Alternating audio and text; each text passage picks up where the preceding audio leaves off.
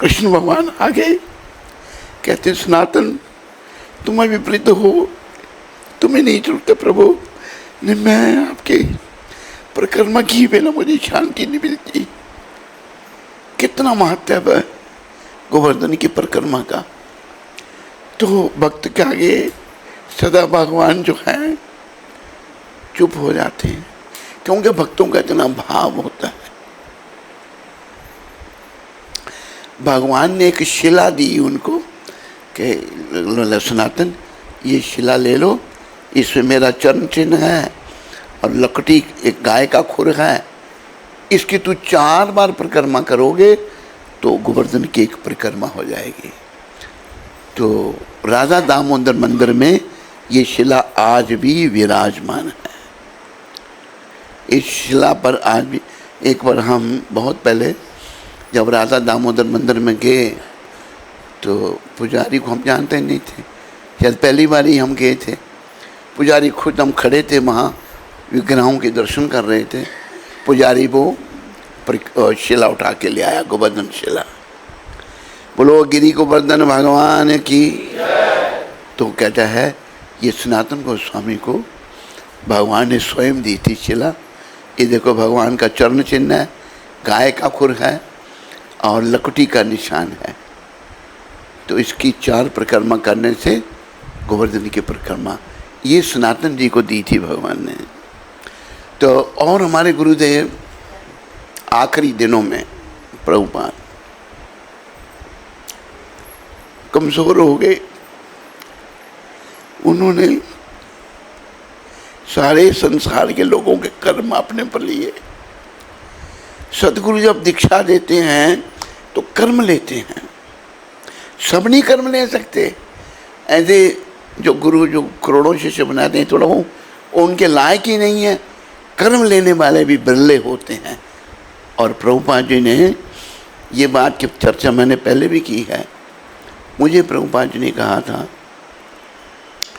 ये जब नए नए हम संस्था में आए थे तो मेरे मन में ये तो पूर्ण विश्वास था कि प्रभुपाद जैसे कोई संत नहीं है दुनिया में, ये तो गौलोक धाम से आए हैं, कोई शंका नहीं थी। लेकिन बीच बीच में प्रभुपाद बीमार हो जाते थे तो मेरे मन में आया इतने उच्च कोटि के संत ये बीमार क्यों होते हैं। मैंने प्रभुपाद जी को पूछा, मैंने कहा प्रभुपाद आप बीमार क्यों होते हैं? तो मनोभाव तो जानते थे वो सबका। कहते तुम्हारे कारण हम बीमार होते हैं, ये शिष्य बना रखे उनके पाप लिए हैं। तो सदगुरु जो हैं उनके अपने कोई कर्म नहीं होते, वो भक्तों के कर्मों को अपने पर लेते हैं ताकि उनका कल्याण हो। तो प्रभुपाद की बड़ी इच्छा थी क्योंकि बेचारे उन्होंने 70 साल की उम्र ये आंदोलन शुरू किया और इसी को स्थापित करने के में पूरे दुनिया का भ्रमण वो करते रहे, कभी अमेरिका, कभी इंग्लैंड, कभी फ्रांस, कभी जर्मनी, कभी आयरलैंड, जगह जगह जाते रहे।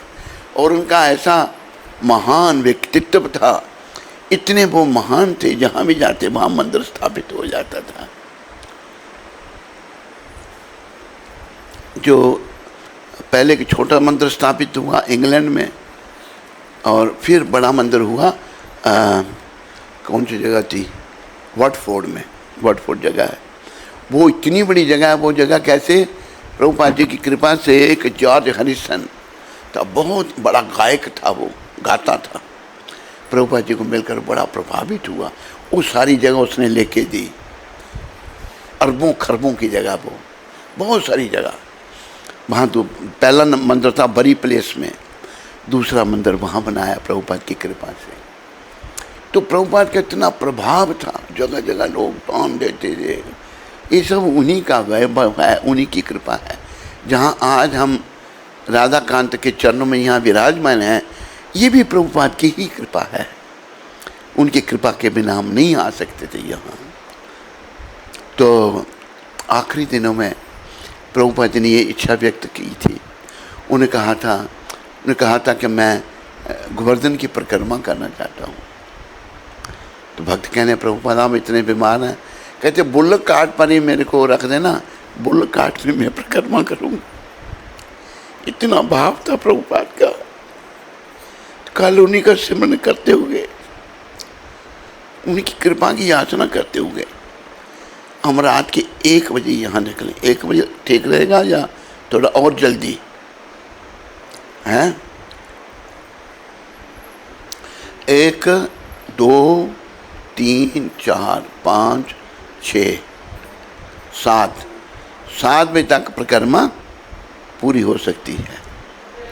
हैं? 8-9 बजे निकले, फिर जब करनी है तो रात को कल 8 बजे जागरण भी हो जाएगा, परिक्रमा भी आराम शाम को आराम से कर लेंगे, थोड़ी निर्जला भी रहेगी।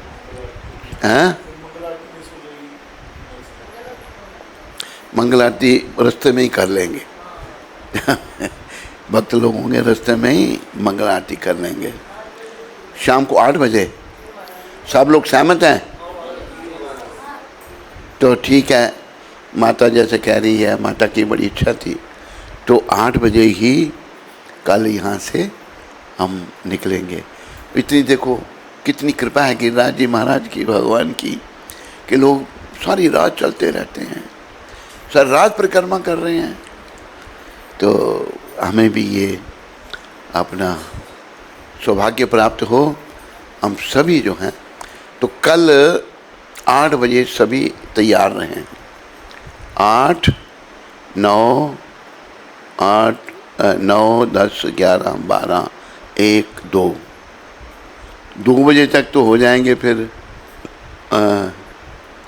6 घंटे।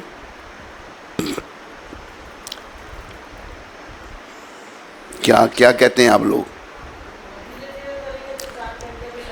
हैं? 2 फिर 3 बजे तक।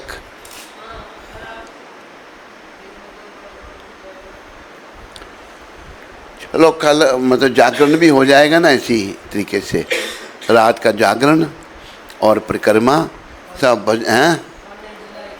और निर्जला काची, एकादशी, सारी काचियाँ महान हैं। एकादशी जो है ये भक्ति देने वाली है। और देखो प्रभुपाद जी का प्रभाव देखो कि सारी दुनिया में एकादशी का प्रचार हो गया। सारे भक्त प्रभुपाद जी के अनुयायी एकादशी व्रत जरूर रखते हैं। एकादशी माता जो हैं महान हैं, लेकिन निर्जला एकादशी का थोड़ा विशेष प्रभाव देखा गया है। इस एकादशी में जन्म जन्मांतर के पाप कटते हैं। तो हमें अपने पापों को हल्का करना, बोझ तो बहुत है, बहुत पाप हमारे सरों पर हैं, पर धीरे धीरे अंत समय आने तक वो पाप सारे क्षय हो जाएं, नाश हो जाएं। ऐसा प्रयास सभी लोग हम करें, ताकि इस संसार से पलायन जाना जो है कृष्ण का सिमरन करते हुए हो। कृष्ण का सिमरन करते हुए हम यहाँ से जाएं। तो अब इस बार फिर विचार किया जाएगा कि रात को 1 बजे निकलें या 8 बजे, वो देखते हैं कैसा करना है। तो जैसे प्रभुपाद जी की प्रेरणा होगी वैसे किया जाएगा और आप सबको सूचित किया जाएगा। पीछे कुछ लोग मंदिर में कौन कौन रहेंगे ये राजा राम जी देखेंगे। राजा राम जी, राजा राम गायब है यहाँ से, नहीं है? तो कौन कौन मंदिर में रहेगा पीछे से? हैं? हाँ, तो एडजस्ट कीजिए। और जो जाने वाले हैं ना उनके भी नाम नोट कीजिए, नाम नोट कर के जो है। और अभी ये पूरा नहीं है 8 बजे निकलना है या रात के 1 बजे निकलना है, वो आपको हम विचार करके, जैसे प्रभुपाद जी की कृपा हुई तो रात को निकलें या 8 बजे निकलें या 1 बजे, ये आपको सूचित करेंगे। बोलो गिरिराज भगवान की। और प्रभुपाद जी गौलोक धाम से खुश होंगे, उनकी बड़ी इच्छा थी। एक तो प्रभुपाद जी की गिरिराज जी की परिक्रमा करने की इच्छा थी, और दूसरा प्रभुपाद कहते थे मैं सारे तीर्थों में जाना चाहता हूँ। बेचारे उन्होंने सारे वैसे संसार में तीर्थ पैदा कर दिए, जहाँ भगवान है, जहाँ भगवान की भक्ति है, वो तीर्थ स्थान हो जाता है। तो उन्होंने सारे स्थान में सारी दुनिया में तीर्थ बना दिए। ये 2 बातें बड़ी उनकी प्रभुपाद जी की इच्छा थी। बोलो पतित पावन श्रील प्रभुपाद की।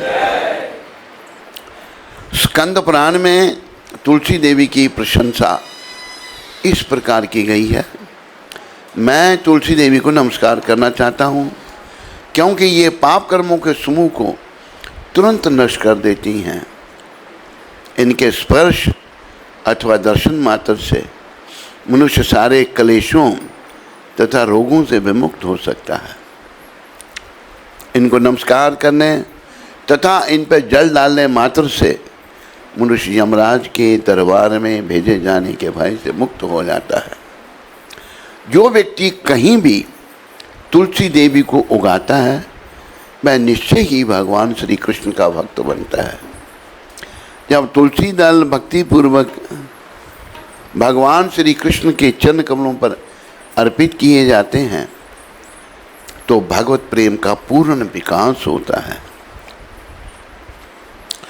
तुलसी देवी हर प्रकार से कल्याण में है। इनके स्पर्श, दर्शन, स्मरण, वंदन, प्रणाम, श्रवण इनके लगाने मात्र से सदैव कल्याण होता है। जो कोई उपयुक्त विधियों से तुलसी देवी के संसर्ग में आता है, वह सदैव वैकुंठ लोक में निवास करता है। तो एक बार हम जा रहे थे तो मधुप्रिया ने बताया कि ये जो बाबा है कहते हैं रोज़ परिक्रमा करता है। कुछ ऐसे भी हैं रोज़ परिक्रमा करते हैं। एक मंडली यहाँ से कोई जाती है 6:15 बजे, कीर्तन करते हुए रोज़ गोवर्धन की परिक्रमा करते हैं। तो रोज़ तो हम नहीं इतने भाग्यशाली हैं करने के लिए, तो चलो निर्जल कांची कोई प्रयास किया जाएगा और इसका लाभ लिया जाए निर्जला माता का। तुलसी महारानी की जय। वृंदाय तुलसी देवाय प्रियाय केशवासे च विष्णु भक्ति पदे देवी सत्वते नमो नमः।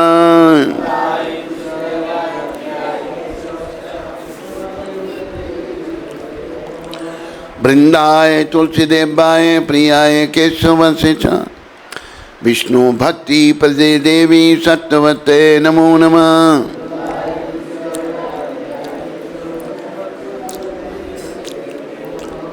वृंदाय तुलसी देवाय प्रियाय केशवस्य च विष्णु भक्ति पदे देवी सत्वते नमो नमः।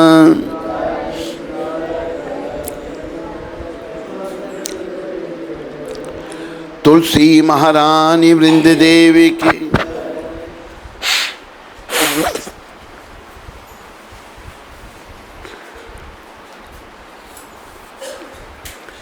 नमो नमः। तुलसी कृष्ण प्रेयसी नमो नमः।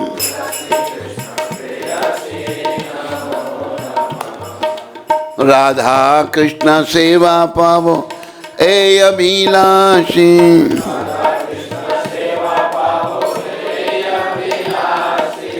नमो नमः तुलसी कृष्ण प्रेयसी नमो नमः।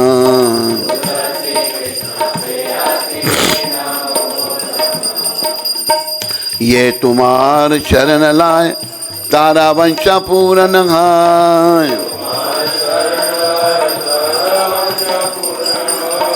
कृपा करी कर तारे वृंदावन वासी।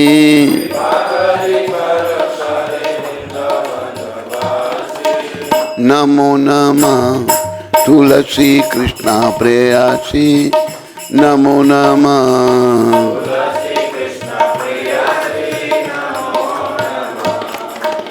मोरा ए अभिलाष विलास कुंज देओबा।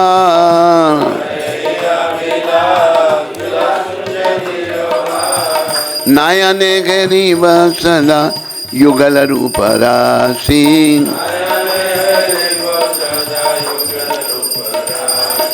नमो नमः तुलसी कृष्ण प्रेयसी नमो नमः।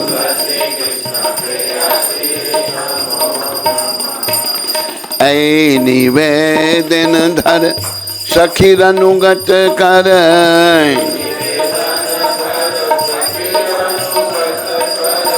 सेवा अधिकार दीजे कर निज दासी।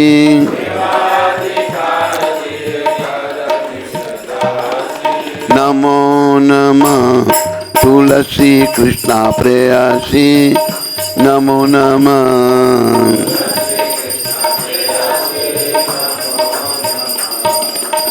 दीन कृष्ण दासी खाय है ये नमो राघान, श्री राधा गोविंद प्रेम सदा ये नवासी।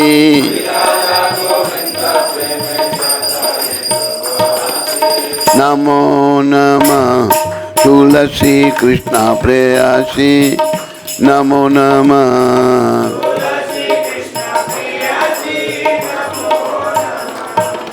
यानी कानी च पापानि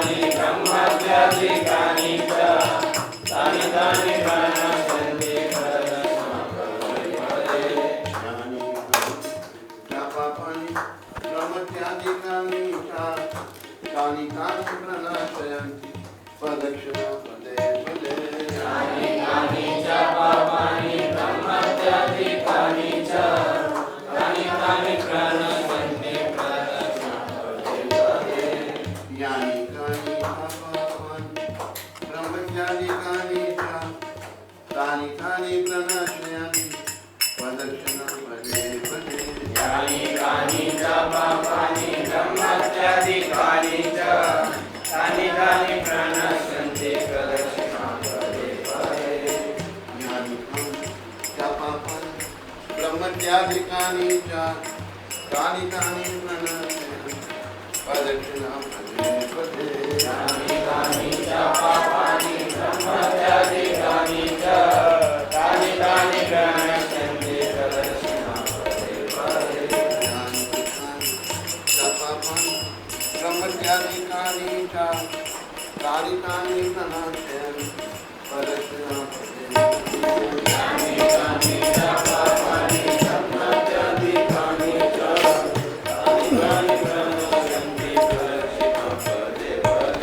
यानी कानी च पापानि ब्रह्मत्यादिकानि च तानि तानि प्रणाशयन्ति प्रदक्षिणा पदे पदे।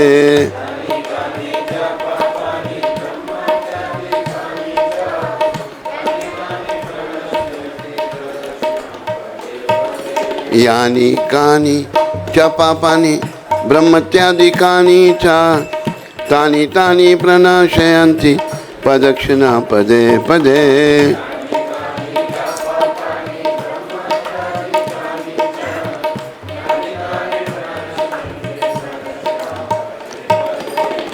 भगवान श्री कृष्ण की प्रीतमा श्रीमती तुलसी महारानी को मैं बार बार प्रणाम करता हूँ। मेरी यही इच्छा है कि तुलसी महारानी की कृपा से मुझे वृंदावन में श्री श्री राधा और कृष्ण की प्रेममय सेवा प्राप्त हो। जो भी व्यक्ति आपकी शरण में आता है उसकी सब इच्छाएं पूर्ण होती हैं। कृपया मेरी भी इच्छा पूर्ण कीजिए और मुझे वृंदावन में रहने का अवसर प्रदान कीजिए।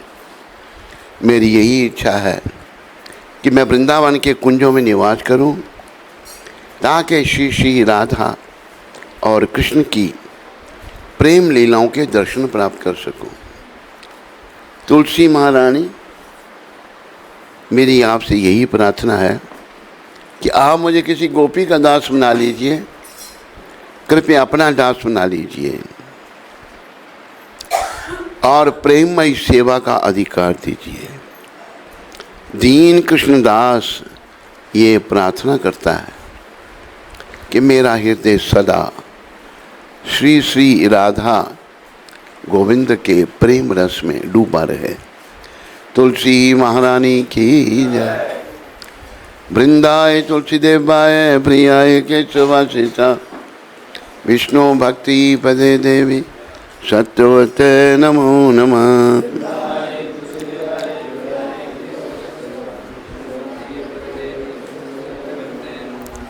वृंदाय तुलसीदेवाय प्रियाय केशवासिता विष्णु भक्ति पदे देवी सत्यवते नमो नमः।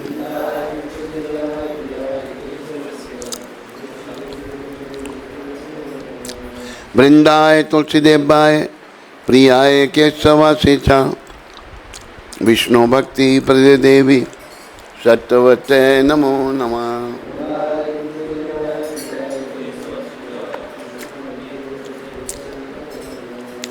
तुलसी महारानी वृंद देवी की हरि बोल। जल्दी क्या ऊपर लांगता हूँ, आता है दूसरों को, एक मिनट रुक नहीं सकता। तुलसी महारानी की जय। बहु जन्म करे यदि श्रवण कीर्तन तबु तन पाए कृष्ण पदे प्रेमादन। अगर कोई बहुत जन्मों तक कृष्ण नाम का जप कीर्तन करता रहे और अपने आप को 10 नाम अपराधों से ना बचाए तो उसे कृष्ण प्रेम रूपी धन की प्राप्ति नहीं होगी। बातें नहीं, हरि बोल। जो मनुष्य जीवन का परम उद्देश्य है। तो 10 नाम अपराध इस प्रकार हैं।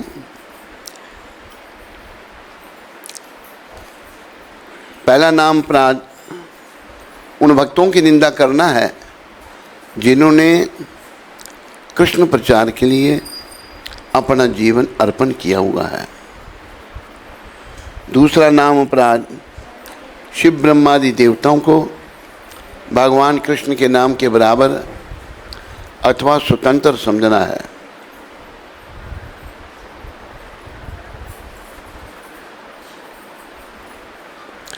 तीसरा नाम अपराध गुरु की आज्ञा का पालन नहीं करना। चौथा नाम अपराध श्रुति शास्त्रों की निंदा करना। पांचवा नाम अपराध हरि नाम को काल्पनिक समझना। छठा नाम अपराध हरि नाम पर अर्थवाद का आरोपण करना। सातवां नाम अपराध नाम के बल पर पाप करना। आठवां नाम अपराध वेद शास्त्र में बताए हुए कर्म कांड के बराबर हरि नाम को समझना। नौवां नाम अपराध अश्रद्धालु व्यक्तियों को नाम की महिमा बताना। दसम नाम अपराध कृष्ण नाम जप में पूर्ण विश्वास न होना और इस विषय पर बहुत सारा ज्ञान प्राप्त होने पर भी कि ये संसार नश्वर है, फिर भी संसार से मोह बनाए रखना। जो भी भक्त लोग भक्ति मार्ग में आगे बढ़ना चाहते उन्हें अपने आप को इन 10 नाम अपराधों से अवश्य बचाना चाहिए, क्योंकि जीवन का उद्देश्य जो है क्योंकि जीवन का उद्देश्य जो है इन शब्दों को याद रखो। हम भूल जाते हैं जीवन का उद्देश्य कृष्ण प्रेम प्राप्त करने का है।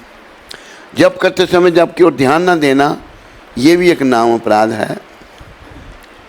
आइए भी हम सब मिलकर के वैष्णव भक्त वृंदों के पाद पद्मों में प्रणाम करें, जो कि कल्पतरु के समान मनचाहा फल देने वाले हैं और जो पति जीवों पर बड़े दयालु हैं।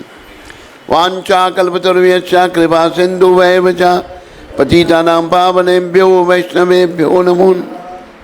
वैष्णव ठाकुर शिल प्रभुपाद की, अनंत कोटि वैष्णविंद की, नामाचार्य शेरदास ठाकुर की।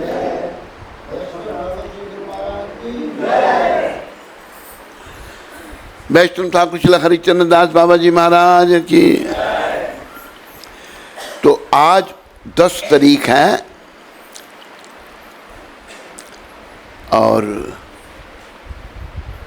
बार है शुक्रवार है, फ्राइडे। आप सबका स्वागत और धन्यवाद। तो आज के दिन बहुत सारी बातें हैं। आज के दिन गंगा पूजा भी है और आज के दिन ही श्रीला बलदेव विद्याभूषण जी का तिरुभाव है।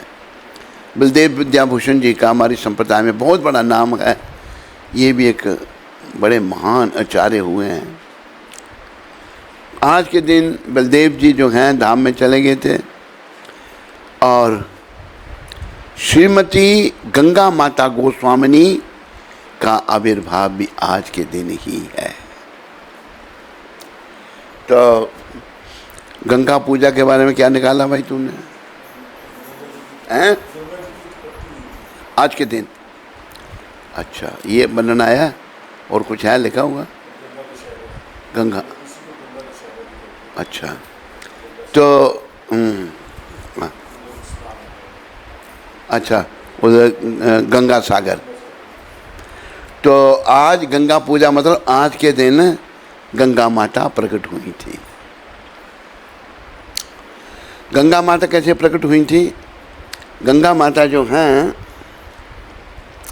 ये भगवान के चरणों का चरणोदक हैं।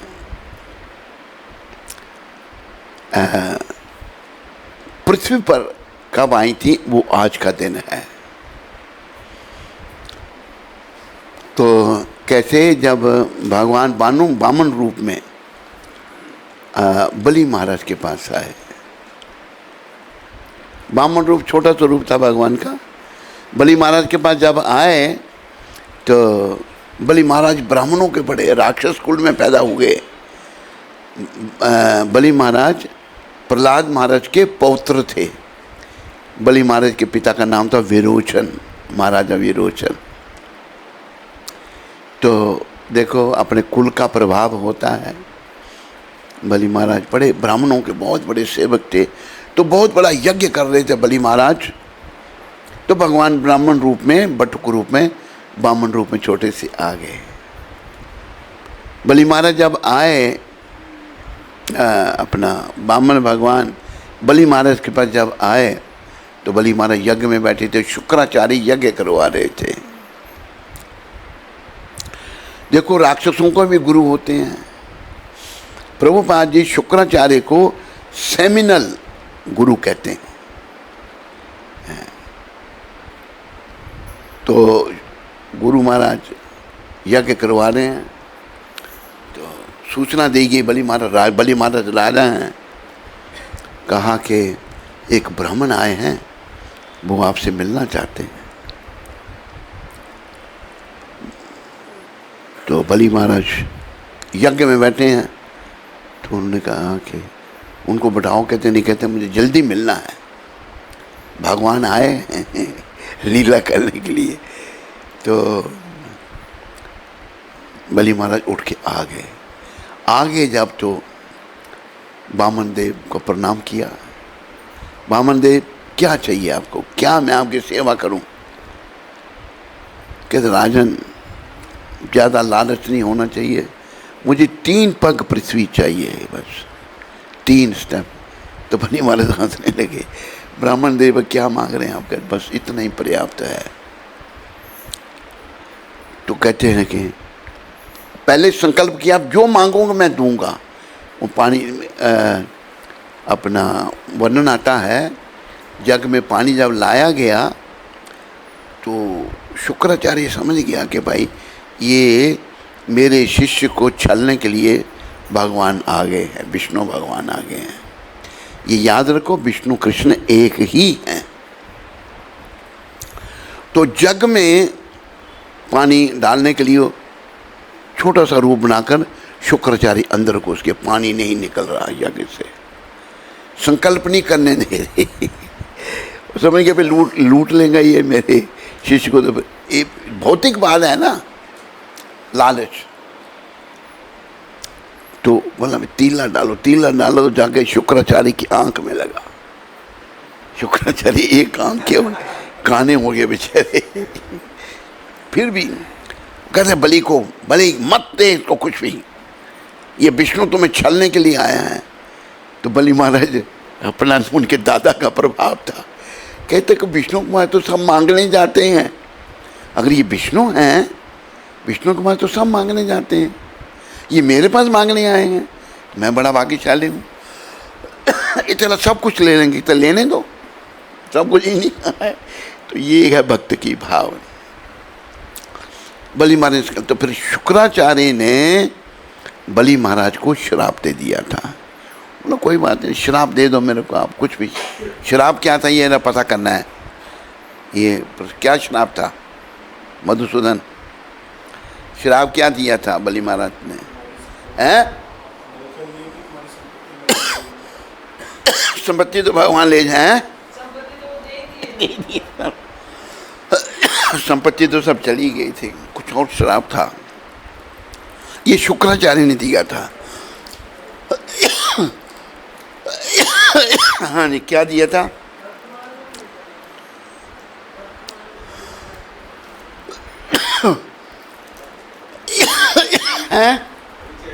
चेक करो। हरे कृष्णा।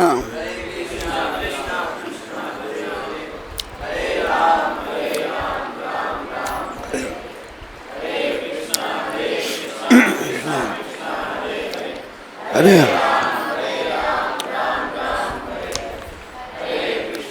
हरे कृष्णा। अंदर कोई बैठा हुआ है, उनको बुलाओ। है ताऊ जी, दोनों को इधर बुलाओ।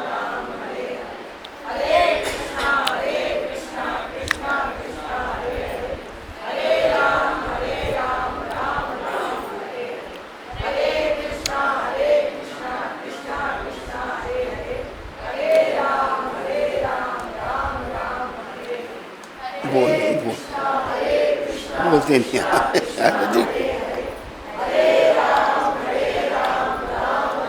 ताऊ जी किधर है?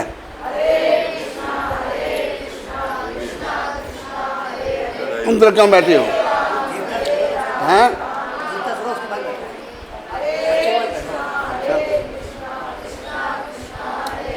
आप जैसे भक्तों को सामने होना चाहिए। अरे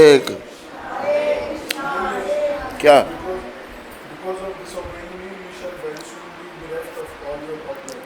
अच्छा, भागवत का है, यही है मेरे ख्याल में। तो श्राप दे दिया उन्होंने, वो भी स्वीकार कर लिया। देखो कितने महान बलि महाराज, हम वो बहुत बड़े 12 महाजन हुए। 12 महाजन, महाजन येन गता सुपंथा, ये जो 12 महापुरुष हुए, इनके चरण चिन्हों पर हमको चलना चाहिए। किस बात के महाजन हुए? ये सारे भक्त थे भगवान के, और भक्ति से ही भगवान मिलते हैं।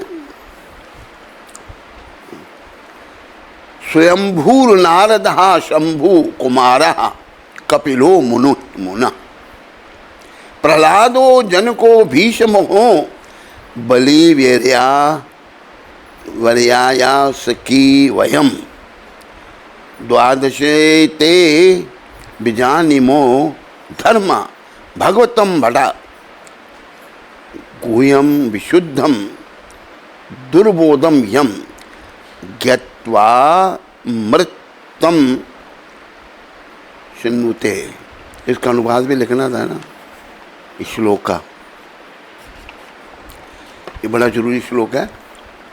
भागवत का 6ठा स्कंद 3रा अध्याय 20 और 21 श्लोक, 2 श्लोक हैं ये अनुवाद लिख दो इधर। ये 12 महाजन सुनो, इनके नाम याद करने चाहिए हमको। पहले ब्रह्मा, बोलो ब्रह्मदेव की। दूसरे नारद जी, नारद मुनि, बोलो नारद जी महाराज की। तीसरे शंकर भगवान, बोलो शिव शंकर भगवान की। चौथे 4 कुमार, बोलो 4 कुमारों की। सनक, सनंदन, सनातन और संत, 4 कुमार। पांचवें कपिल भगवान, बोलो कपिल भगवान की। छठे स्वयंभू मनु, बोलो स्वयंभू मनु की। सातवें प्रहलाद महाराज, बोलो प्रहलाद महाराज की। आठवें जनक महाराज, बोलो जनक महाराज की। नौवें भीष्म पितामह, बोलो भीष्म पितामह की। वो भी 12 महाजनों में एक है भीष्म पितामह। 10वें बलि महाराज, बोलो बलि महाराज की। 11वें सुखदेव गोस्वामी, बोलो सुखदेव गोस्वामी जी महाराज की। 12वें यमराज जी महाराज। यमराज दुष्टों के लिए यमराज हैं और भक्तों के लिए धर्मराज। बोलो यमराज जी महाराज की। ये 12 महाजन सब भगवान के अनन्य भक्त हैं। निकाला तो नहीं अनुवाद उसका?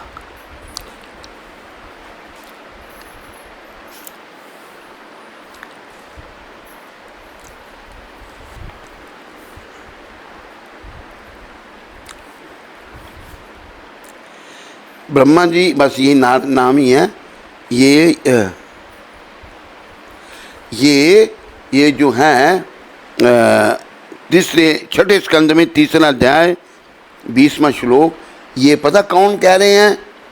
यमराज यमदूतों को उपदेश देते हैं। भागवत में कब दिया था यमराज ने यमदूतों को उपदेश? जब यमदूत कौन थे वो, क्या नाम? अजामिल की आत्मा को लेने आए।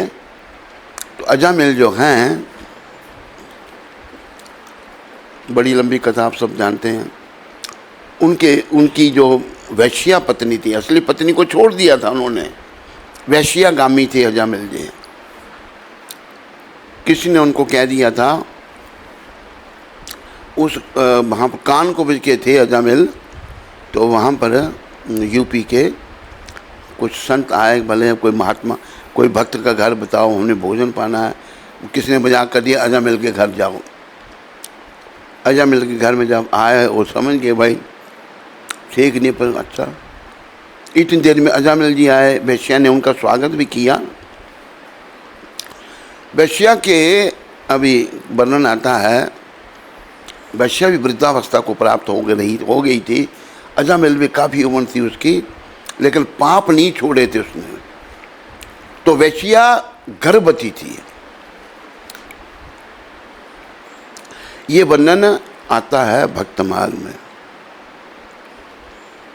तो संतों ने कहा, संतों के पास युक्ति होती है, संतों ने कहा कि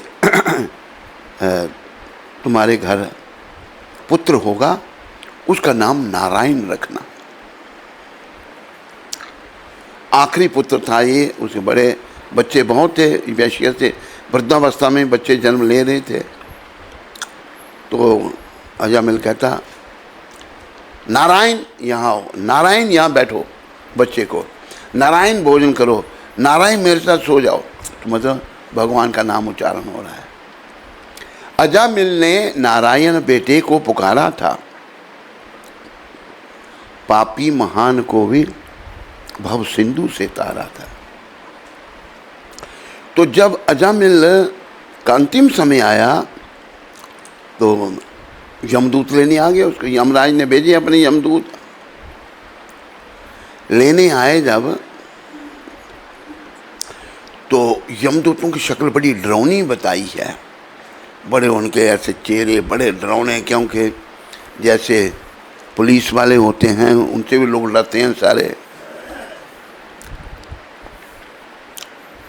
एक बार ये एक जगह रियासी है, जम्मू प्रांत में शहर है, वहाँ पर ये पितृपक्ष चल रहा था। एक वृद्ध स्त्री वहाँ खमीरे बनते हैं, खमीरे और कचालू की सब्जी बनाकर ले आई। खमीरे खासकर वहीं बनते हैं, सब जगह नहीं।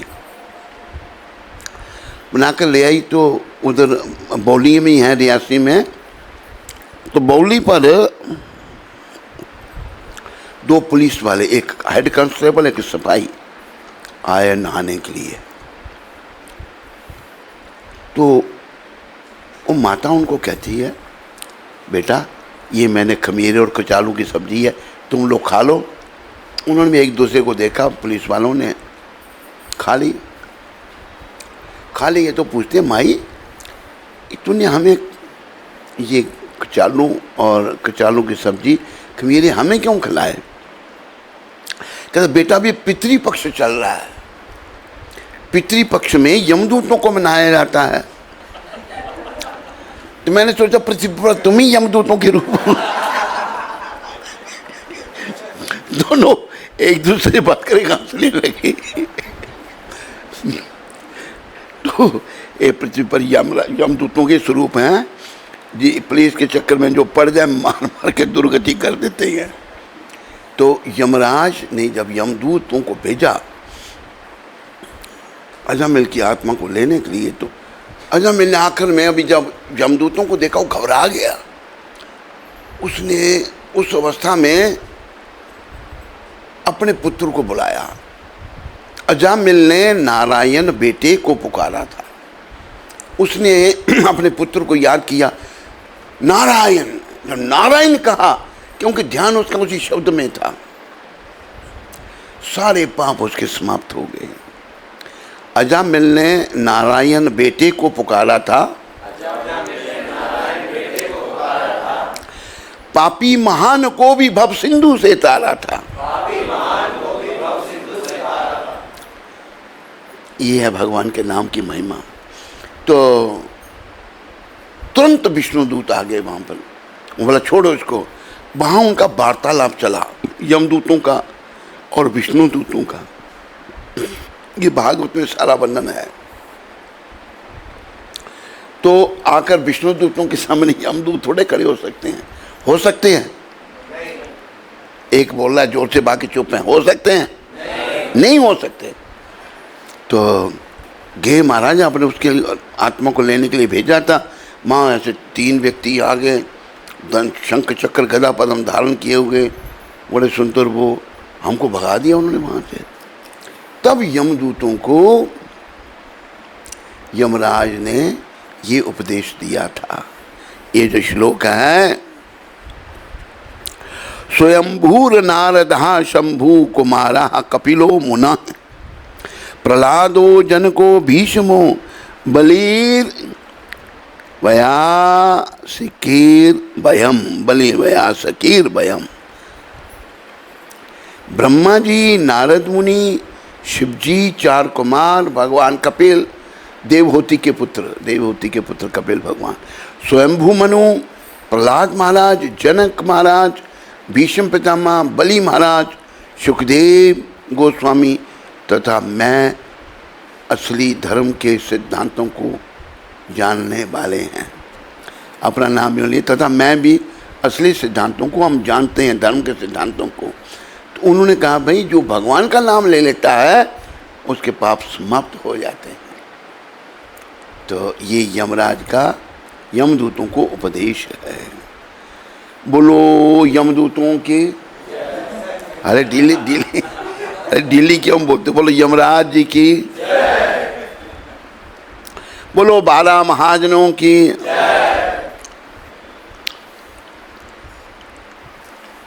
तो 12 नाम हमने लिए, ये अथॉरिटी हैं। ये सभी भक्त हैं भगवान के, और ये सब प्रचार करते हैं और लोगों को नरक में जाने से बचाते हैं। तो गंगा पूजा की बात हो रही थी। आज के दिन गंगा माता प्रकट हुई। बलि महाराज आए, बलि महाराज के पास ब्राह्मण भगवान आए। उन्होंने संकल्प किया, ब्राह्मण देव जो मांगोगे मैं दूंगा। शुक्राचार्य ने बड़ा प्रयास किया, लेकिन उन्होंने श्राप भी स्वीकार कर लिया। मैं सब कुछ चला, लेकिन मैं भगवान को वचन दे चुका हूँ। देखो ये प्रभुपाद इस संदर्भ में लिख रहे हैं, जब कभी गुरु भी, वैसे जो वैष्णव गुरु होंगे प्रभुपाद जी जैसे सच्चे, वो अभी भी शिष्यों को गलत बात नहीं कहेंगे। लेकिन जो गुरु वैष्णव नहीं है, पखंडी हैं। तो पता शिष्य को पता नहीं था पहले, भाई मेरा गुरु पखंडी है। तो पता जब लग गया तो प्रभुपाद लिख रहे हैं पखंडी गुरु को त्यागा जा सकता है। बलि महाराज ने त्याग कर दिया, बलि गुरु तजियो, बलि ने अपने गुरु का त्याग कर दिया और महापुरुष बन गए। वो 12 महापुरुषों में एक हैं बलि महाराज, और उनके दादा जो हैं प्रहलाद महाराज वो भी एक हैं। तो प्रभुपाद लिख रहे हैं अगर गुरु पखंडी है, गुरु शुद्ध वैष्णव नहीं है, उसको छोड़ने में कोई दोष नहीं है। लेकिन लोग कलयुग में ऐसे ही भटक रहे हैं बेचारे। तो त्याग दिया, अभी लगे भगवान अपना रूप बढ़ाने, विराट रूप धारण कर लिया। वामन भगवान ने 2 ही पग में सारे लोग सब कुछ नाप लिया। और जब चरण भगवान उठा रहे थे विराट रूप का, इस ब्रह्मांड को भेदन के करके जब ब्रह्मलोक में चरण पहुंचा, ब्रह्मा जी तुरंत आए, गंगा माता कैसे इनका स्वरूप, झट उन्होंने भगवान का वो चरण धोया और जल कमंडलों में रख लिया। वो गंगा माता थी। बोलो गंगा माता की, भगवान के चरणों का चरणोदक। तो गंगा माता अपना, भगवान ने सब कुछ नाप लिया, सारे सब लोग नाप लिए, सब उन्हीं का है, वही मालिक है। तो अभी भगवान कहते हैं बलि तूने 3 पग पृथ्वी दी थी मेरे को। बलि महाराज ने बहस नहीं की, महाराज मैंने बामन रूप को दी थी, इस रूप को थोड़ी दी थी, कोई मूर्ख होता ये कहते हैं ना। वो बोला प्रभु दी है, अभी जगह तो है नहीं कोई भी, आप ऐसा करो 3रा पग मेरे सर पर रखो। तो भगवान ने 3रा पग बलि जी के सर पर रखा और बलि जी पताल को धंस गए। पताल को जब धंस गए तो भगवान चरण को उठाने लगे। चरण को जब उठाने लगे तो बलि महाराज ने पकड़ लिया चरण को कि बलि ये क्या कर रहे हो तुम। बलि महाराज कहते हैं महाराज हे भगवान, इसके लिए तो मैंने सब कुछ छोड़ा है, इसको कैसे छोड़ दूँ, आपके चरण कमल के लिए तो मैंने सब कुछ अर्पण किया है। तो भगवान बड़े प्रसन्न हुए, बलि हम तुम पर बहुत प्रसन्न, मांगो क्या चाहिए तुम्हें। कि प्रभु बस मैं सदा आपके दर्शन करता रहूं।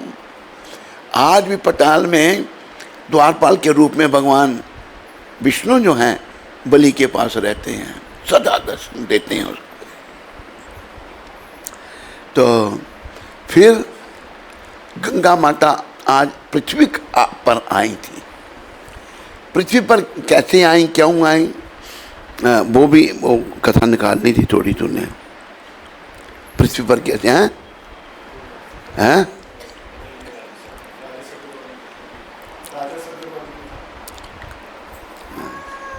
सागर क्या, राजा सागर, ये राजा सगर हुए इसी रघुवंश में। सगर राजा सब लिखने वाले देख निकालो ये जरा। उनका क्या होगा, अश्वमेध यज्ञ कर रहे थे, इंद्र डर गए, यही बात है नहीं। इंद्र सोचा सगर राजा जो हैं ये अगर अश्वमेध यज्ञ में सफल हो गए तो फिर ये मेरे राज्य छीन लेंगे, इन देवताओं का राजा भी, मैं इनका राज्य मेरा छीना जाएगा। देखो देवताओं का राजा भी बेचारे अपना राज को संभालने में लगा हुआ है। भौतिक बात, उसने क्या किया, घोड़ा ला करके अगस्त मुनि थे नहीं, कपिल मुनि नहीं, कपिल मुनि के आश्रम में बांध दिया है। वर्णन आ रहा है कपिल मुनि का वहाँ। कपिल मुनि किसने कहा, हाँ आपने, और इधर की आप, हाँ अरे तो इन्होंने भी कहा था, मुझे इनकी आवाज़ आई थी। तो कपिल मुनि के आश्रम में बांध दिया। तो सगर महाराज का जो में सारा आय युद्ध हुआ, वो सारे वहाँ मारे गए। फिर महाराज सगर के आगे महाराजा अंशुमान, महाराजा दलीप, ये रघुकुल है, सब राजे प्रकट हुए अपने पूर्वजों का उद्धार करने के लिए। श्राप से वो सब मारे गए, तो लेकिन सब जो हैं सफल नहीं हुए।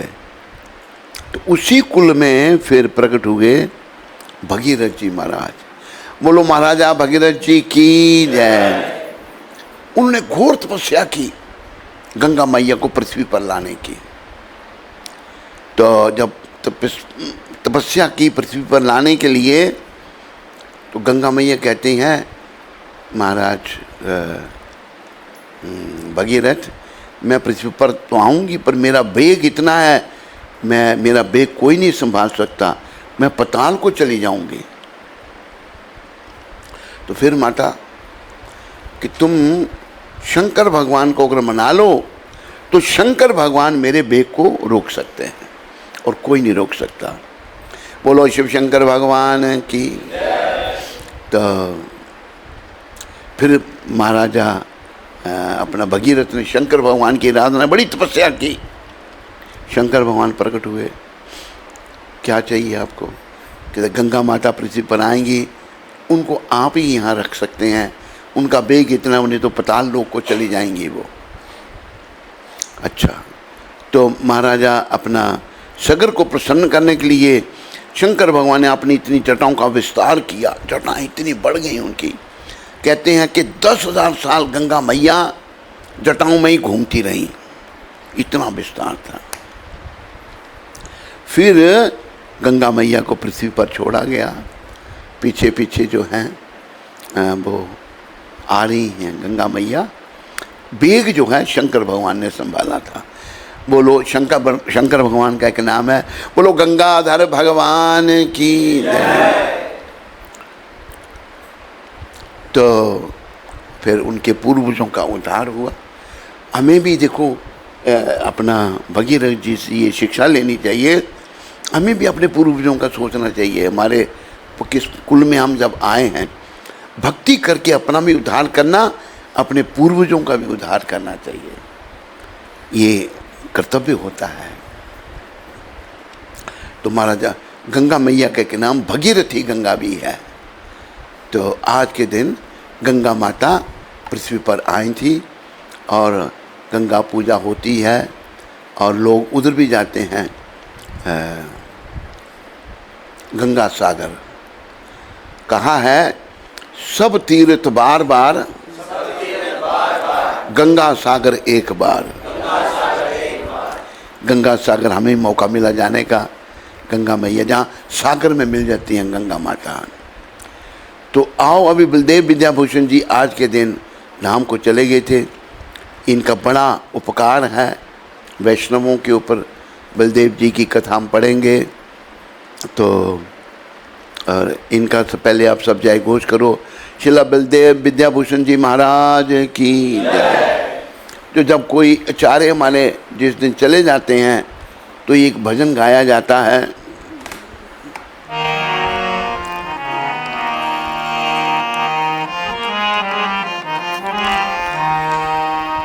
ये अनिलो प्रेमा धन करुणा प्रचुर, ये अनिल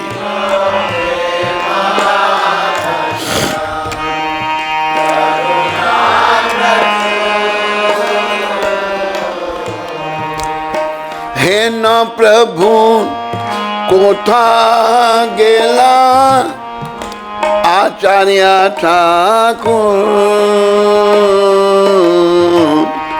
हे ना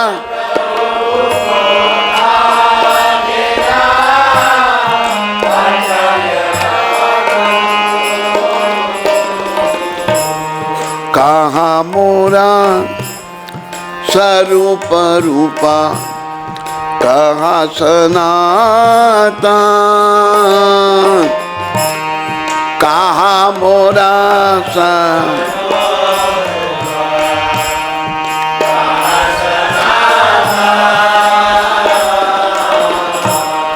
कहाँ दास रघुनाथ पतिता पावन।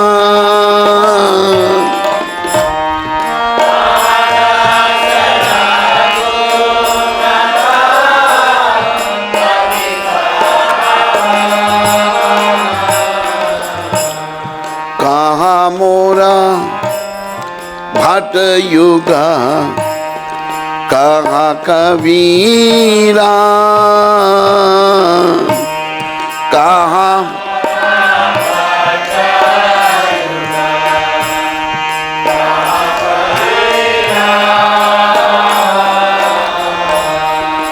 एका काले कोठा गेला गौरा नटरा, एका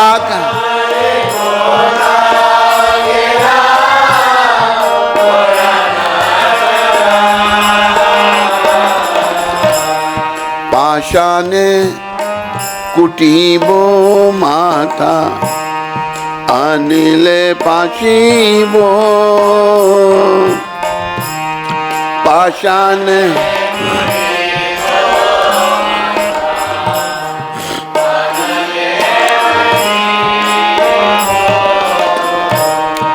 गौरंगा गुनेरा निधि, कोथा गेले पावो,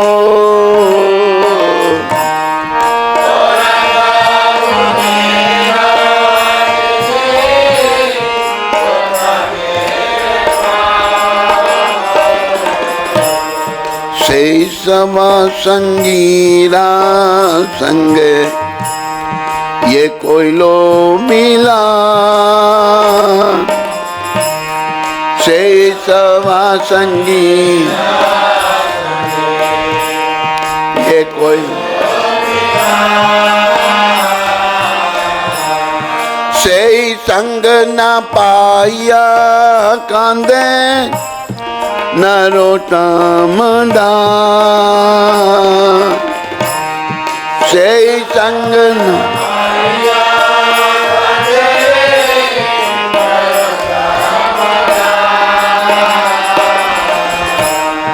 ये अनिलो प्रेम धन करुणा प्रचुर,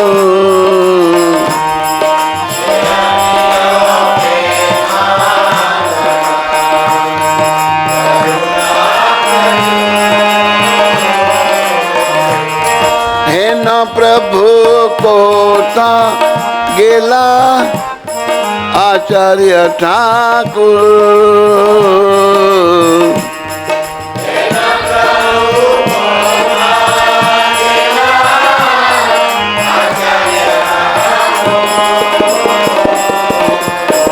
जय आचार्य ठाकुर, जय बलदेव ठाकुर,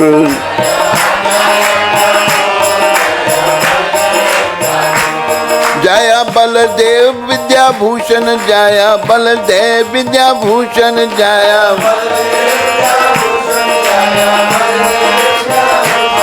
जय बलदेव ठाकुर, जय बलदेव ठाकुर, जय बल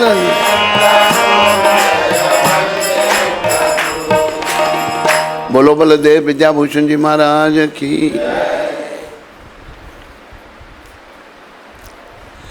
जो अपराकृत प्रेम का धन लेके आए थे तथा जो करुणा के भंडार थे, ऐसे शिला श्रीनिवासाचार्य ठाकुर कहाँ गए? मेरे शिला स्वरूप दामोदर और शिला रूप गोस्वामी कहाँ हैं? शिला सनातन कहाँ हैं? पतित पावन शिला रघुनाथ दास कहाँ हैं? मेरे शिला रघुनाथ भट्ट और शिला गोपाल भट्ट कहाँ हैं? और शिला कृष्णदास कबीराज महाराज कहाँ हैं? महान नर्तक श्री श्री गौरांग महाप्रभु एकाएक कहाँ चले गए? मैं अपना सर चट्टान में मारकर फोड़ डालूंगा और अग्नि में कूद पड़ूंगा। सभी दिव्य गुणों के निधि स्वरूप श्री श्री गौरांग महाप्रभु को मैं कहाँ पाऊंगा? श्री श्री गौरांग महाप्रभु एवं उनके साथ लीला करने वाले संगियों का संग ना पाकर शिला नरोत्तम दास मात्र रो रहा है। बोलो शिला बलदेव विद्याभूषण जी महाराज की। जो बलदेव विद्याभूषण जी का जीवन हम पढ़ेंगे।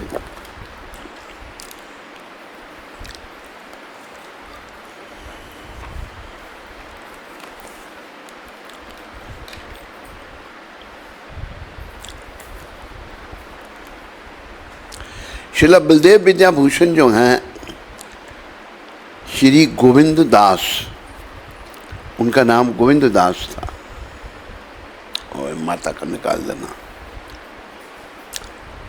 उड़ीसा में रेमुना के निकट 1600 की शताब्दी में प्रकट हुए थे। अपनी युवावस्था में उन्होंने संस्कृत व्याकरण, काव्य एवं न्याय शास्त्र का पूर्ण ज्ञान प्राप्त कर लिया था।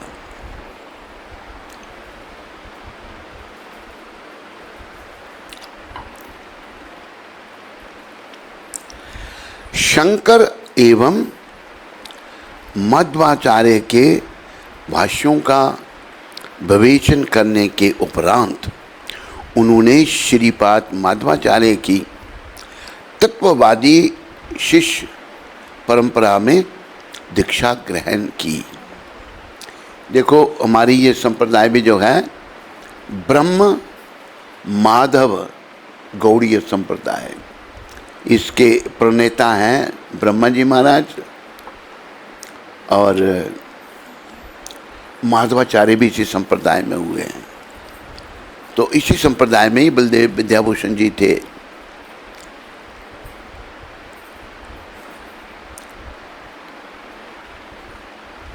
बलदेव विद्याभूषण एक दिग्विजयी पंडित बन गए। दिग्विजयी, महान, जहाँ भी जाते वो सबको हरा देते थे। और वो हमारी जो फिलॉसफी है, बहुत सारे लोग हमारी फिलॉसफी को नहीं मानते थे।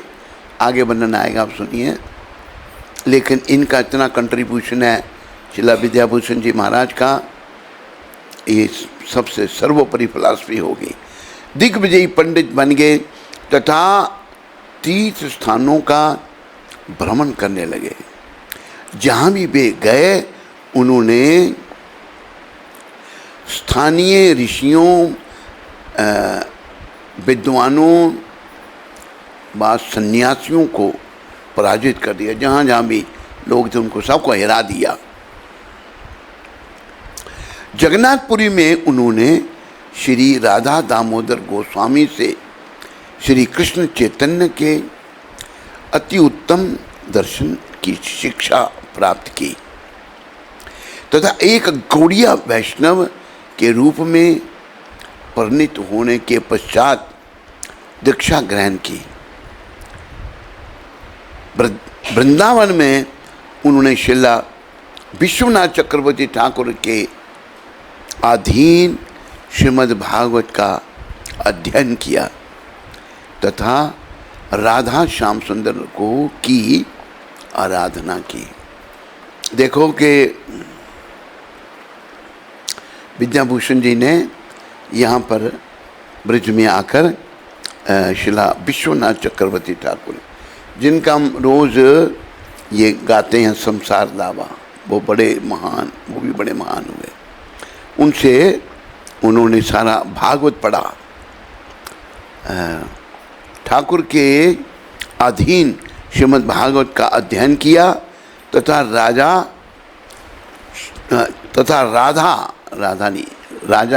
श्याम सुंदर की आराधना की। बोलो राधा श्याम सुंदर भगवान की। सन 1706 में विश्वनाथ चक्रवर्ती ठाकुर ने उन्हें महाप्रभु के आंदोलन की प्रतिष्ठा बनाए रखने हेतु गलता जहाँ पर राजेंद्र जी महाराज गलता गद्दी के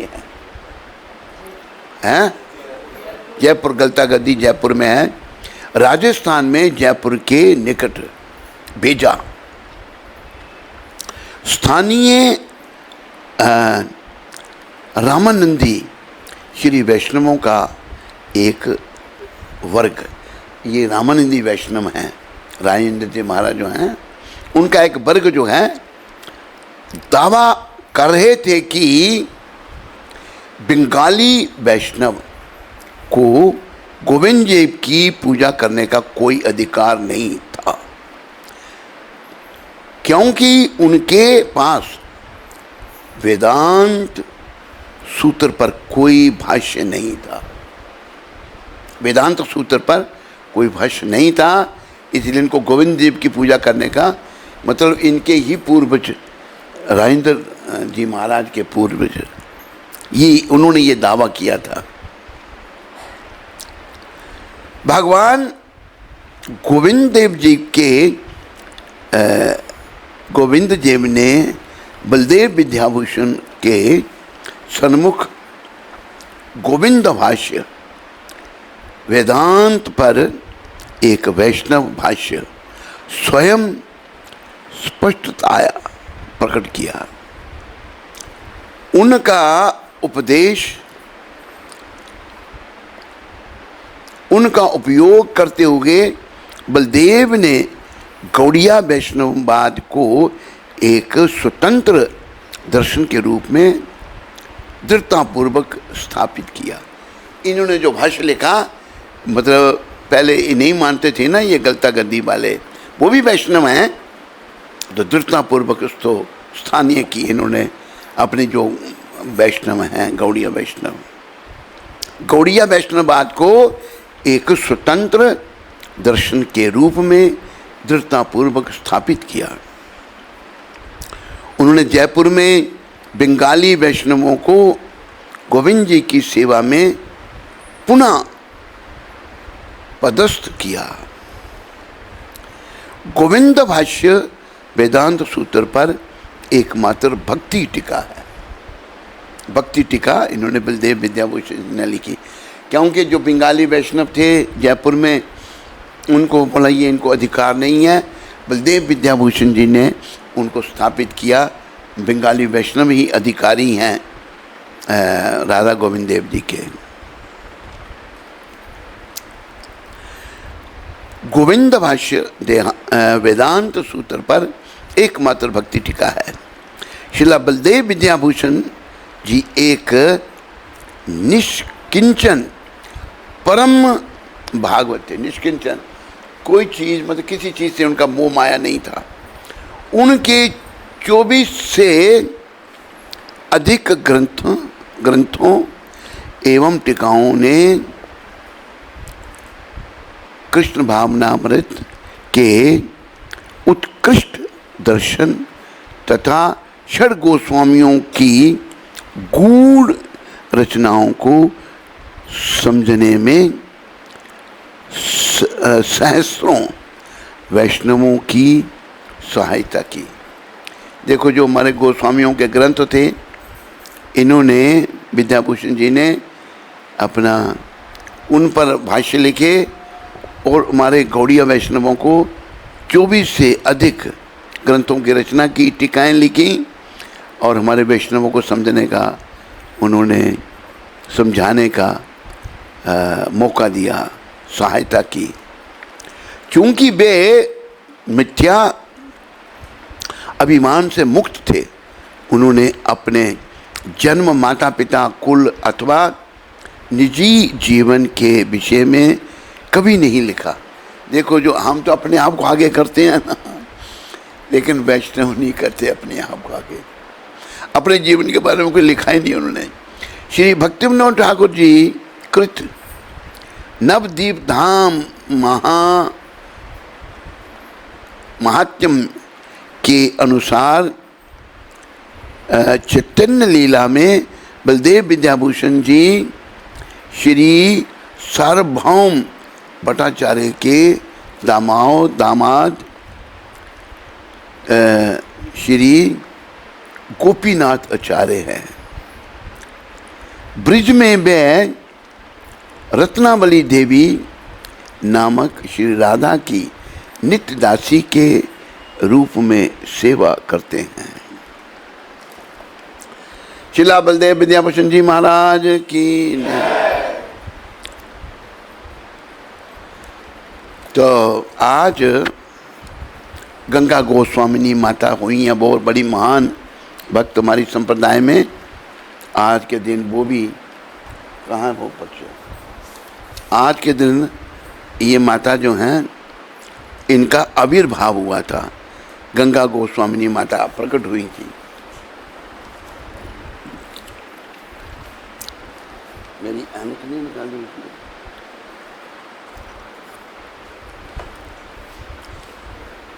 ऐनक मेरी कहाँ?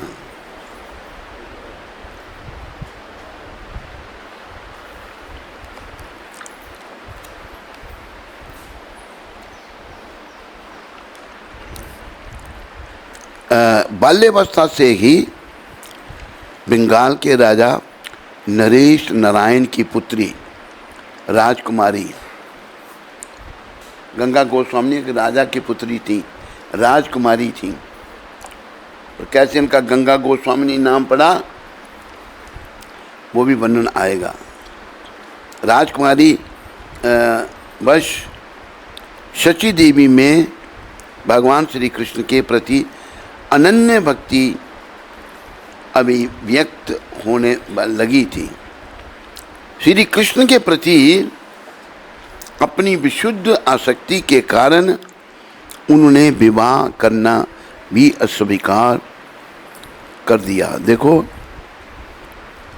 गंगा गोस्वामिनी माता ने विवाह नहीं किया था, उनकी विशुद्ध आसक्ति थी, भगवान के चरण में उनका बड़ा प्रेम था। जैसे कुंती माता को इनके माता पिता ने कहा तेरी शादी करनी है, कुंती माता कहती कर दो, पर ये नहीं कहना बाद में 2 से 1 रह गया। कहते क्या क्या मार दोगे मैं उसको, और पर तो मार देगी, हम शादी नहीं करते तेरे, जाओ।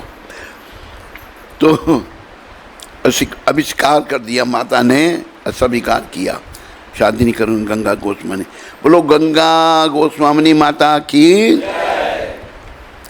अपने पिता के निधन के उपरांत उन्होंने राज्य का शासन किया और राजा भी रही, मतलब रानी के स्त्री के रूप में राज्य का शासन जब पिता गुजर गए उनके। किंतु एक प्रमाणिक गुरु की खोज में उन्होंने शीघ्र ही उसका त्याग कर दिया, राज्य भी छोड़ दिया उन्होंने। राजकुमारी शची देवी ने वृंदावन के एक अग्रवर्ती गुरु श्री हरिदास पंडित से भेंट की और गोविंद जी के प्रति निष्ठावान भजन प्रारंभ कर दिया। यद्यपि वे स्वल्प आहार के कारण क्षीणकाय हो गई, बड़ा थोड़ा खाना। वे सदा कालिंदी के सिख तीर पर सोती तथा गोविंद जी के मंदिर को स्वच्छ करने हेतु भोर होने के पूर्व ही उड़ जाती थी। प्रतिदिन वे भागवत कथा का श्रवण करती, गोविंद जी की आरती के दर्शन करती तथा राधा श्याम सुंदर के लीला स्थानों जैसे बंशीवट, सेवा कुंज, निधिवन, रास स्थली इत्यादि की प्रदक्षिणा करती। श्री हरिदास पंडित से प्रोत्साहन प्राप्त कर सची देवी ने अपने मिथ्या अहंकार का पूर्णतः त्याग कर दिया। चिथड़े पहन लिए और ब्रिज में घर घर जाकर भिक्षा मांगने लगी। ये माता इतनी महान बन गई, राजकुमारी, पूरा अहंकार छोड़ दिया और चिथड़े पहने, फटे पुराने कपड़े पहने और मांग कर खाया।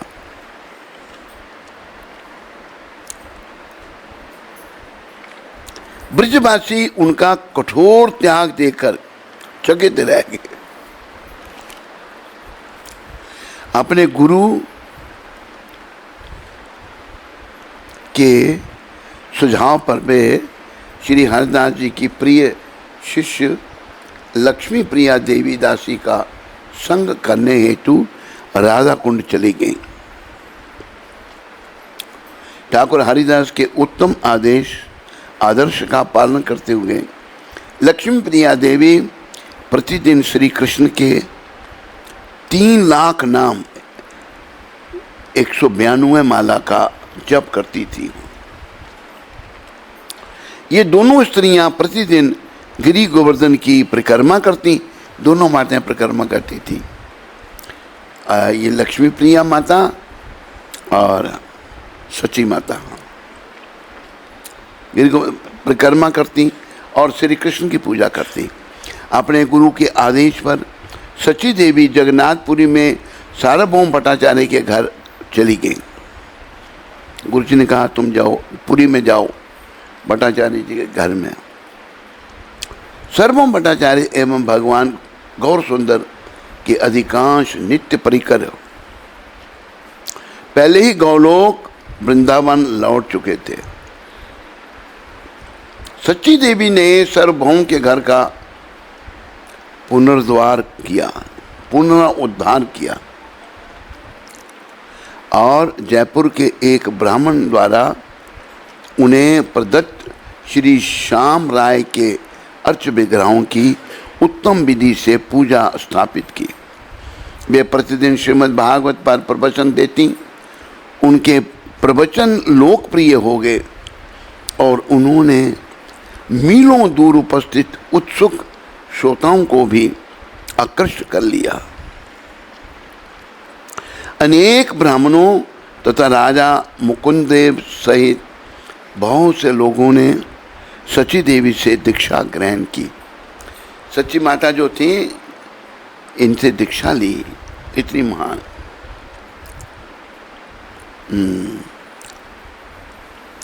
गंगा सागर मेले के दिन सच्ची देवी के मन में जो जगन्नाथपुरी में वास कर रही थी, गंगा स्नान करने की इच्छा जागृत हुई। उधर थी ये जगन्नाथपुरी, इच्छा हुई भाई मैं गंगा स्नान करूं। उस रात्रि भगवान जगन्नाथ के पद कमलों के से गंगा प्रभावित हुई और सची देवी के आश्रम में पहुंची।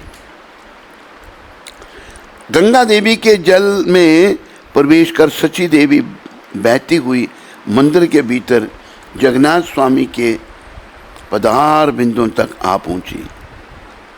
अगले दिन प्रातःकाल द्वार खोलने पर पुजारी उन्हें मंदिर के भीतर पाकर विस्मित हो गए। उन्हें चोर समझकर उन्होंने सची देवी को तुरंत जेल भिजवा दिया। इस त्रुटि को देखकर भगवान जगन्नाथ एक ही समय पूरी नरेश तथा प्रमुख पुजारी के स्वप्न में प्रकट हुए। भगवान ने उन्हें आदेश दिया कि वे सची देवी दासी को मुक्त कर दें तथा उनसे दीक्षा ग्रहण करें। उस दिन के उपरांत वह गंगा माता गोस्वामिनी के नाम से प्रसिद्ध हुई। ये सच्ची माता पहले नाम था।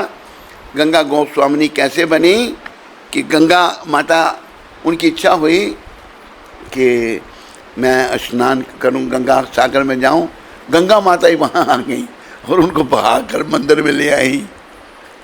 बोलो गंगा गोस्वामिनी माता की। और इनके बहुत शिष्य हुए, बड़े भक्त हुए। तो माताओं का सबको सम्मान करना चाहिए। माता, हम सभी माता से जन्म लेते हैं और गंगा गोस्वामिनी माता से भक्ति मांगनी चाहिए सभी को।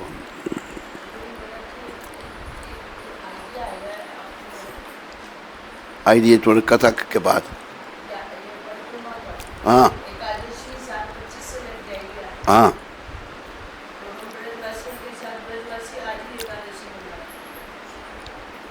आज मना रहे हैं। विचार करते हैं इस पर। कल निर्जला विचार करते हैं।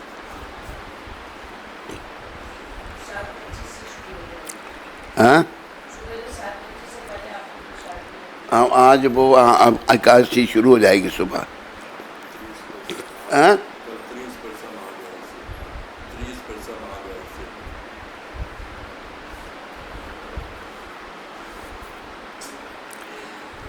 आज 10 तारीख है और 10 तारीख को ये जो शब्द प्रभुपाद जी ने कहे थे, 10 तारीख 1968, क्या कहा प्रभुपाद जी ने? एक राजा सिंहासन पर बैठा है और एक कीड़ा भी राजा के साथ कीड़ा भी है, एक ही सिंहासन पर बैठे हैं, किंतु दोनों में बड़ा अंतर है। एक ही सिंहासन पर बैठने का अर्थ यह नहीं कि दोनों एक समान हो गए एक समान, कीड़ा तो कीड़ा ही रहा। कैसी बातें समझाते थे प्रभुपाद हैं। बोलो प्रभुपाद की जय।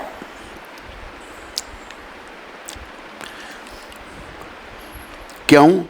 अपनी स्वाभाविक स्थिति के कारण कीड़े की सहज स्थिति दूसरों को काटना है और राजा की स्थिति शासन करना है।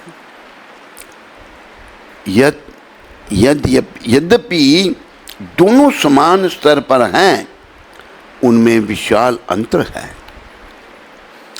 इस प्रकार भगवान और जीवात्मा दोनों एक साथ बैठ सकते हैं, एक साथ बातें कर सकते हैं, लेट सकते हैं, खा सकते हैं, किंतु वह अंतर बना ही रहेगा। ये मॉन्ट्रियल में, अभी हम जब थे तो मॉन्ट्रियल गए थे, मॉन्ट्रियल में ये बात कही थी प्रभुपाद जी ने 10 जून 1968 को। मॉन्ट्रियल दूसरा नंबर था या तीसरा मंदिर? तीसरा। पहला मॉन्ट्रियल, पहला न्यूयॉर्क, फिर सैन फ्रांसिस्को, फिर मॉन्ट्रियल। कैसे प्रभुपाद फैल रहे हैं। तो देखो, जीवात्मा, आत्मा परमात्मा दोनों हृदय में बैठे हुए हैं। परमात्मा है, हम जीवात्मा हैं, हम उनके अधीन हैं। तो प्रभुपाद आज की शिक्षा में ये समझा रहे हैं कि एक राजा सिंहासन पर बैठा है और एक कीड़ा भी साथ में बैठा है, दोनों एक ही सिंहासन पर बैठे हैं, किंतु दोनों में बड़ा अंतर है। कीड़े में और राजा में बड़ा अंतर है। एक ही सिंहासन पर बैठने का अर्थ यह नहीं कि दोनों एक समान हो गए एक समान दोनों। कई बार मूर्ख लोग कहते हैं जी आत्मा सो परमात्मा, आत्मा है परमात्मा, जबकि आत्मा और परमात्मा दोनों हृदय में बैठे हुए हैं।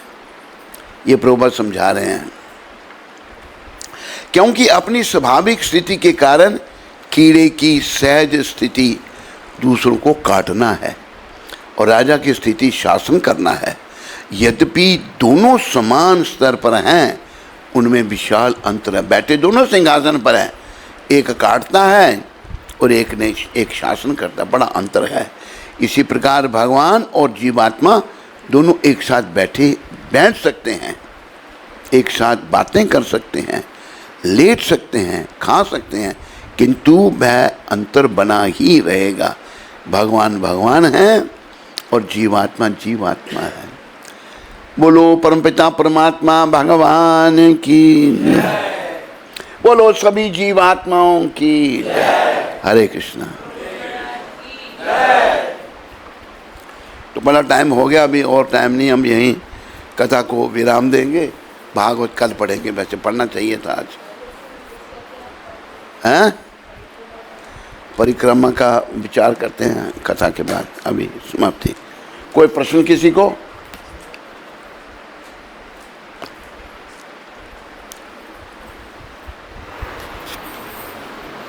राधा शक्ति माता कनाडा से। हरे कृष्ण गुरु महाराज जी, दंडवत प्रणाम।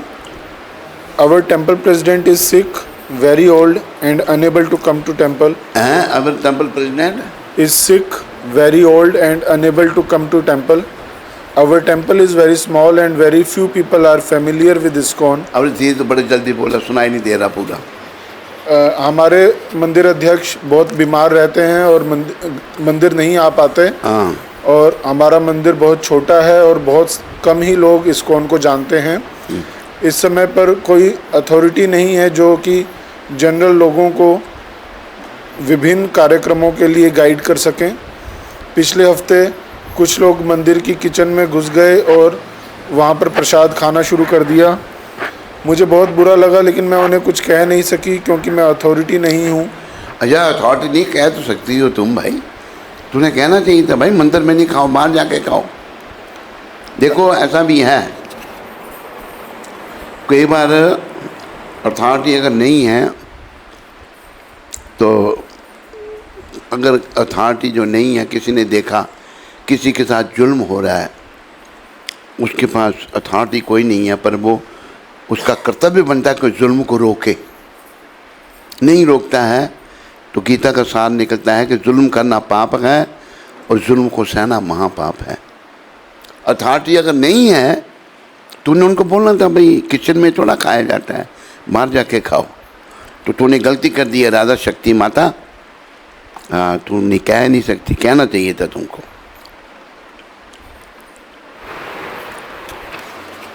शैलप्रिया माता जम्मू से। इसका ख़त्म हो गया वो प्रश्न, इतना ही था। हाँ, बस वो यही पूछ रही थी कि अब ऐसे सिचुएशन में मुझे और क्या करना चाहिए। करना चाहिए, तुमने रोकना चाहिए था उनको, ये थोड़ा अथॉरिटी से ही रोका जा सकता है।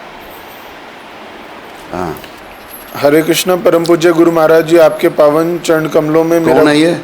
शैलप्रिया माता, सुदर्शना माता जम्मू से। अच्छा, जम्मू से। हाँ, मेरा कोटि कोटि दंडवत प्रणाम। गुरु महाराज जी, आपके स्वास्थ्य कैसा है? आपकी कृपा से मैं आपके अच्छे स्वास्थ्य के लिए एक्स्ट्रा 16 माला करती हूँ और निताई गौर सुंदर भगवान के चरणों में आपकी लंबी आयु और अच्छे स्वास्थ्य के लिए प्रार्थना करती हूँ।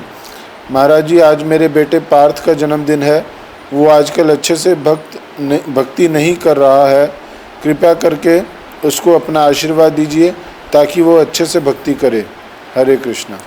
शैलप्रिय माता, तुम मेरे लिए 16 माला कर रही हो और मेरी स्वास्थ्य के लिए प्रार्थना करती हो, तुम्हारा बहुत बहुत धन्यवाद।